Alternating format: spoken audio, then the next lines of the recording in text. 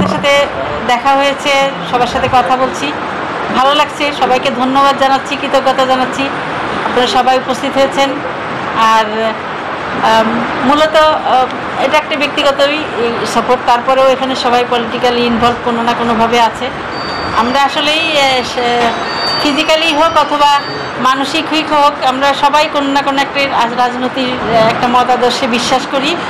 কেউ হয়তো সরাসরি পলিটিক্স করে, কেউ হয়তো সমর্থন করে মতাদর্শকে।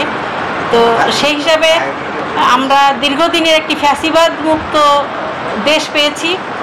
সেই দেশকে আমরা যাতে ভবিষ্যতের দিকে এগিয়ে নিতে পারি সুন্দরভাবে, সেজন্যে আমরা চাচ্ছি একটি গণতান্ত্রিক প্রক্রিয়া এবং একটি ভোট। সেই ভোটের মাধ্যমে যারা নির্বাচিত হবেন তারা ক্ষমতায় আসবেন এবং সব ধরনের সংস্কার কার্যক্রমকে এগিয়ে নিয়ে গিয়ে একটি সুন্দর বাংলাদেশ গড়বেন আমাদের আগামী প্রজন্মের জন্যে।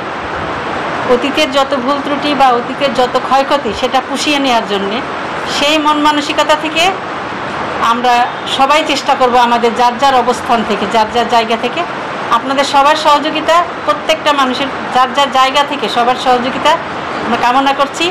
এবং বিশেষভাবে এখানে যেহেতু এই অঞ্চলে হেলালি ভাই আছেন আপনাদের সাথে, ওনাকে আপনারা সার্বিক সহযোগিতা করবেন সেই প্রত্যাশা ব্যক্ত করছি। সবাইকে ধন্যবাদ।